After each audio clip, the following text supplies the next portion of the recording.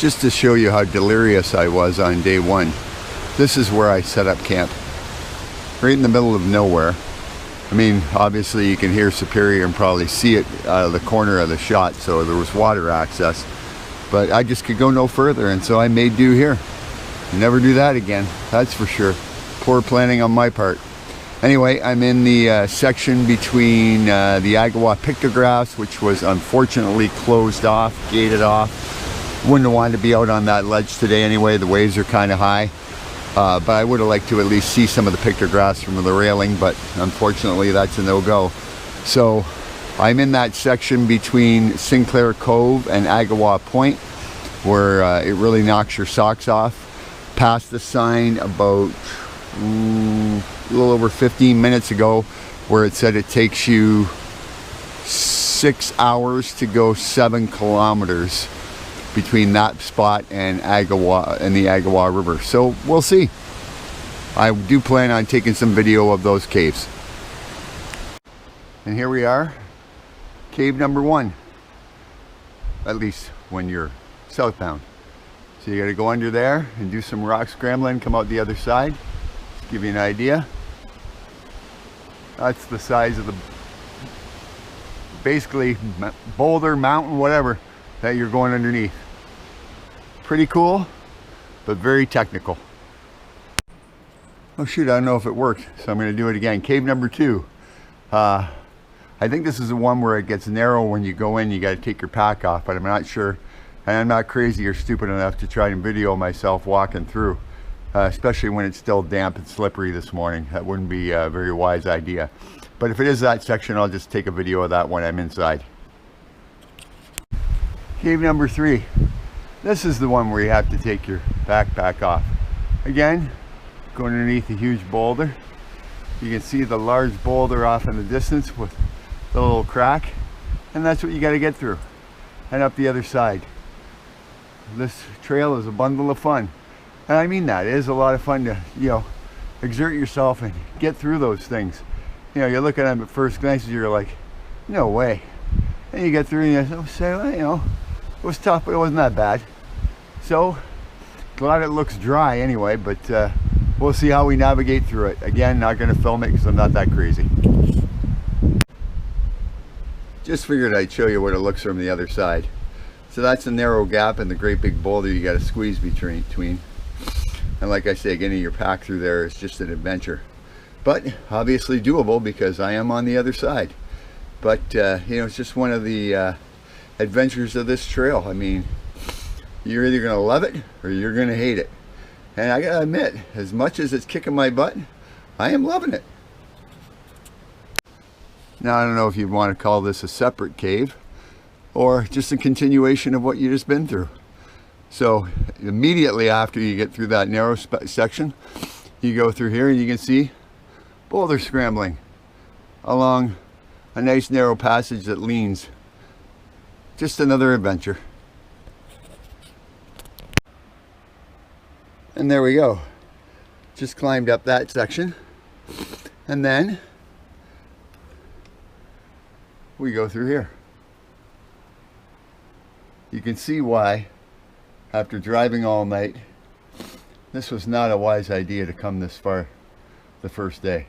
Should have just stopped at either Agawa Point or the 4 campsites along Agawa Bay.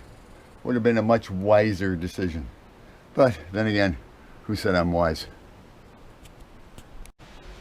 More Lake Superior Coastal Trail fun.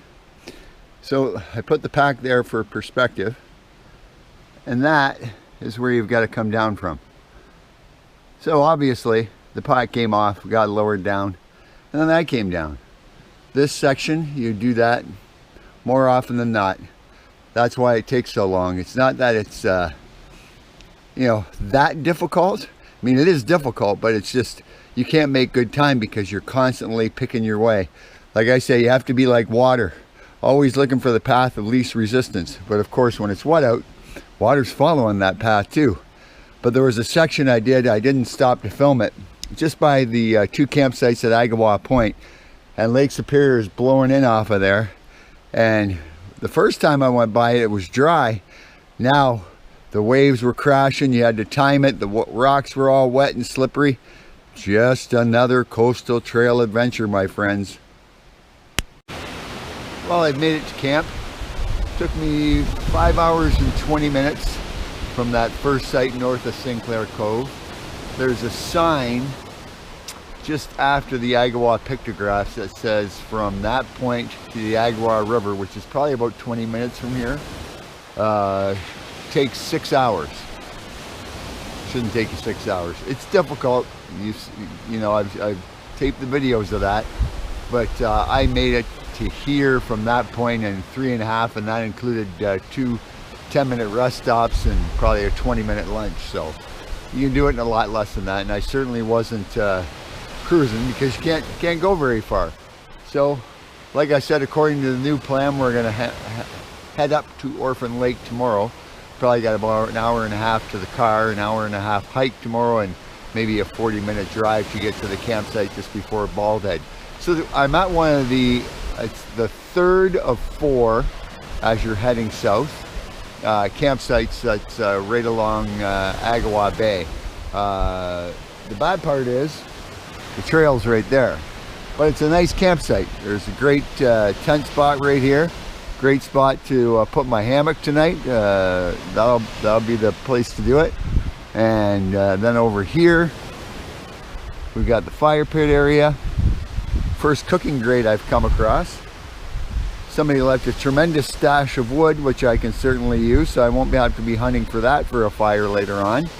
And there's another tent pad over here that you could put a second tent in. And then across the trail and up that path is where the Thunderbox is located. And of course, you got beautiful beachfront property.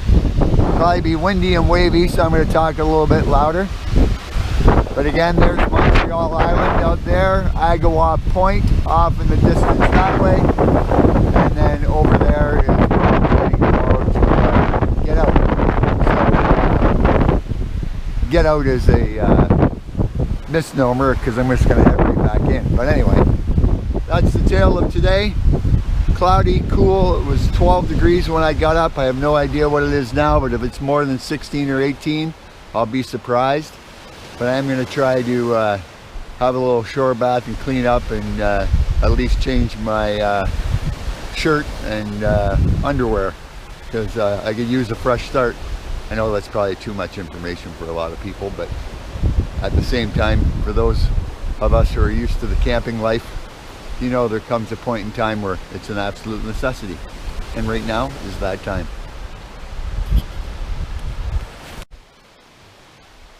Well, I feel like a new man.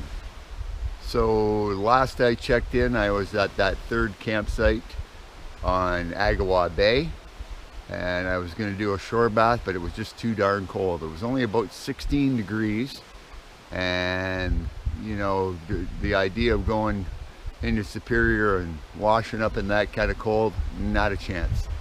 So what I did is I got up this morning, walked back to the visitor center, which took a little over an hour, and then drove, I don't know, 20-25 minutes up the coast to the Orphan Lake Trail. Hiked in the Orphan Lake Trail, back on the coastal trail, and now I'm at the first campsite just before Bald Head as you're headed south. So the plan is spend the night here. I wanted to get here early, which I did, so that way I could do a proper shore bath, feel human again, change some clothing, and now tomorrow I want to get up and head to Robertson Cove. I've heard that's a great campsite. Everybody rants and raves about it, so that's where I'm hoping to spend tomorrow night, and then I'll start to head my way back. Not sure where I'll spend Thursday night, but Friday night I want to spend it at the Bald Head River, which is very near the Orphan Lake Trail, and that way I only have about less than an hour's hike out in the morning. I can do another quick shore bath, make myself presentable, and make the long journey home. So this is a campsite. Obviously you see got the hammock set up there behind me. Then when we look this way, we've got the fire pit area, and then off in that direction is the infamous Thunderbox. So you don't get much of a view from here. You can kind of see things through the trees, but we'll take a walk down to where the water access is, and I'll show you that.